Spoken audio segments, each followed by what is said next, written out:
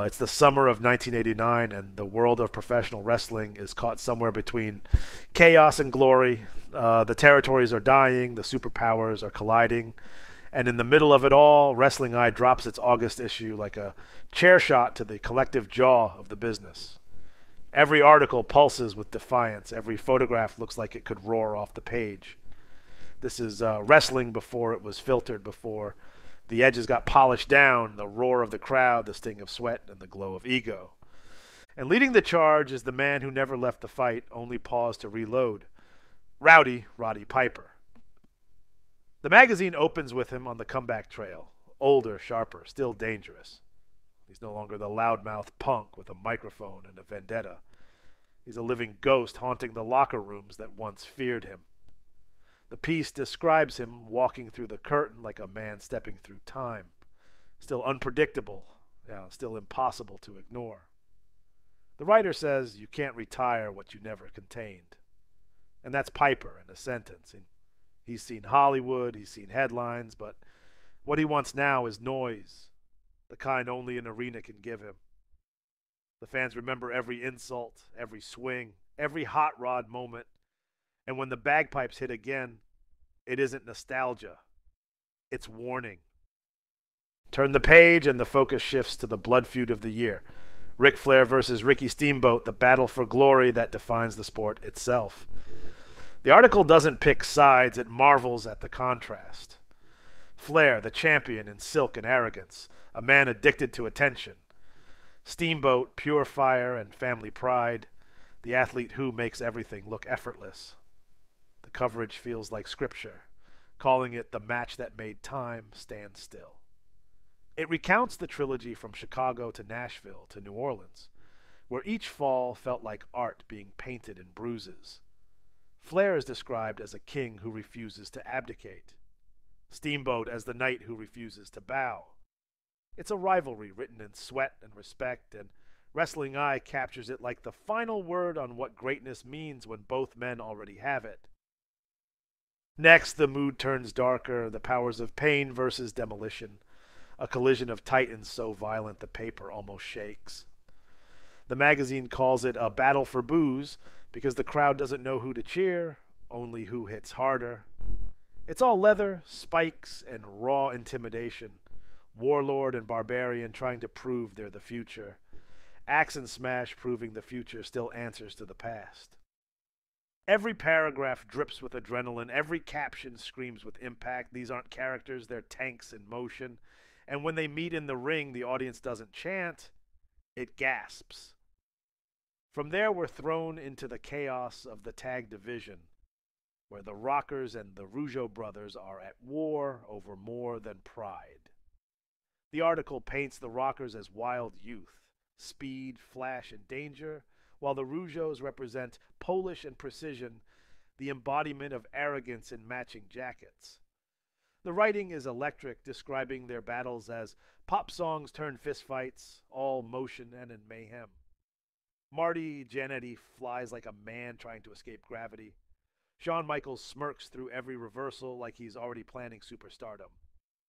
The Rougeaus smirk right back, perfect smiles hiding brass knuckle cruelty. It's beautiful chaos, and the magazine knows it. They can't beat the system, it says, so they'll break it instead. The next feature heads south into the heartland where the Wyndham brothers redefine rebellion. Barry is the veteran, the cold-blooded craftsman. Kendall, the restless young gun trying to make the name his own.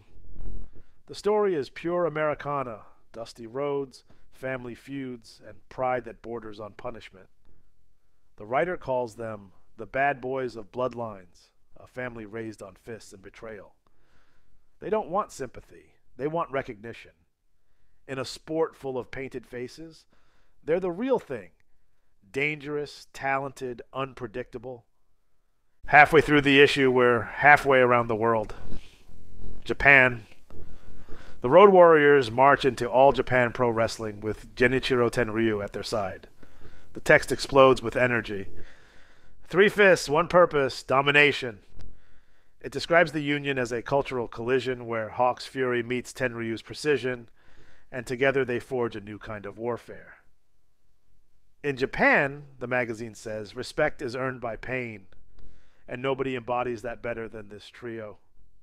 The photos show chaos in motion, clotheslines that look like car wrecks, faces drenched in blood and awe. The road warriors bring apocalypse, Tenryu brings order. The result is legend. Then through the haze of cigarette smoke and flashbulbs emerges Stan Hansen, the cowboy of the Orient. The story reveres him like folklore. He's not portrayed as a villain or even a wrestler. He's an event. The magazine writes that he couldn't find respect in America, so he went to Japan and found immortality. The prose drips with admiration, his matches with Inoki, Brody, and Baba described like battles in some mythic past. Every swing of the lariat is a sermon. Hansen is the last of the gunfighters stomping through a sport that's forgotten what real danger feels like. From there, fantasy becomes flesh as the British Bulldogs collide with the Rock and Roll Express in a match fans once thought impossible. Dynamite Kid and Davey Boy Smith, power and precision versus Morton and Gibson in speed and soul. The article reads like a love letter to tag team wrestling itself. The Bulldogs' brute strength clashing with the Express's harmony and heart. No heel, no hero. Just four masters telling stories with their bodies. They didn't wrestle for victory, the writer says. They wrestled for history. By the middle of the magazine, Wrestling Eye turns gritty again, spotlighting the men who hold the business together while the stars sleep. Gary Young, Mike George, Tom Norton, Hubie Marks. It's written like gospel for the working class of wrestling. Gary Young, the mechanic of the mat. George, the conscience of the ring. Norton and Marks, traveling villains who never need scripts to make you hate them. They're the glue between the legends, it says, and they never stop sticking. Then Ricky Steamboat's spread catches the light, photographs that make him look less like a wrestler and more like a saint. The text doesn't just describe him, it sanctifies him. He never cursed, never cheated, and still won. The dragon is grace incarnate, the purest babyface the sport ever produced. The article concludes, in a business built on betrayal, Ricky Steamboat never turned his back. Next come the Loudmouths and the Loners, Johnny Valiant, Scotty the Body, Bad News Brown, a trio of attitude pieces that read like character studies in ego. Valiant is the elder statesman of chaos, a man who turned shouting into strategy. Scotty the Body is the future in leather and arrogance. Too smart, too funny, too cruel. And Bad News Brown, walking alone through every locker room he ever entered, refusing to play politics or shake hands. He's the truth no one wants to hear. The man who won't smile for a photo because life never smiled back. Then it hits. The Iron Sheik detonates on the page. The headline screams, "The Iron Sheik attacks the NWA." It's everything you expect. Fiery, absurd, brilliant. He calls out promoters, wrestlers, and the system itself. Half satire, half sermon. Beneath the bluster, there's brilliance. The Sheik may sound crazy, the writer admits, but he's the last man alive who still wrestles like it hurts. Flip again, and the world changes color. The UWA Dreamworkers take the reader to Mexico, to the Torreo de Cuatro Caminos, to the land where masks are history and flight is faith. Canek, Dos Caras, Villano 3, warriors in neon and motion. In Mexico, the article says, wrestling isn't entertainment, it's oxygen. The photos blur from movement, bodies suspended midair, and every crowd shot looks like worship. The tone shifts to philosophy as the anonymous phantom of the ring pens his monthly reflection, dissecting what's left of truth in wrestling. Every ring has a ghost, he writes, and it usually wears a referee's shirt. He warns that if fans stop asking what's real, they stop caring why it matters. It's wrestling journalism turned existential, a reminder that even in a world built on illusion, authenticity still bleeds through. And then darkness falls. Green mist, flashing lights, the arrival of the great Muta under the watchful eyes of Gary Hart. Japan's secret weapon, the magazine calls him, a whisper that turns into an explosion. The piece marvels at his precision, his unpredictability, his ability to make fear beautiful. Hart is described as the genius who doesn't find wrestlers. He invents monsters. Together they bring theater and terror to the NWA ring, and by the time the mist clears, everyone else looks dated. Finally come the Wrestling Eye ratings, the sacred scorecard of the late 80s. Flair still sits on the throne because no one else can outthink him.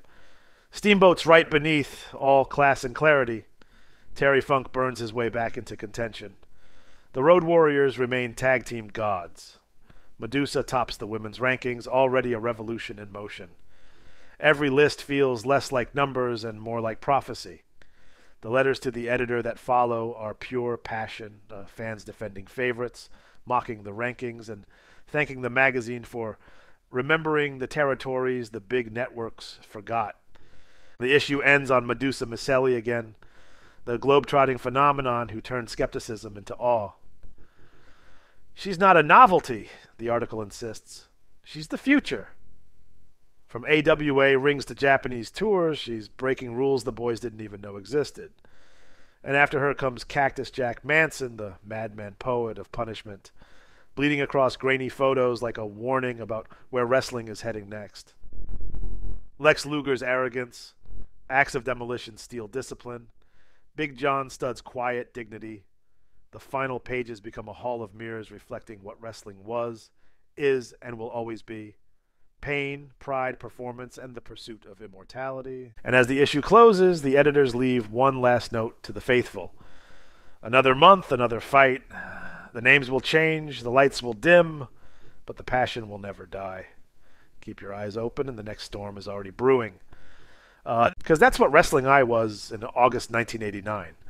A storm in print, a snapshot of an era when heroes were human, villains were vivid, and every page sounded like a crowd on its feet.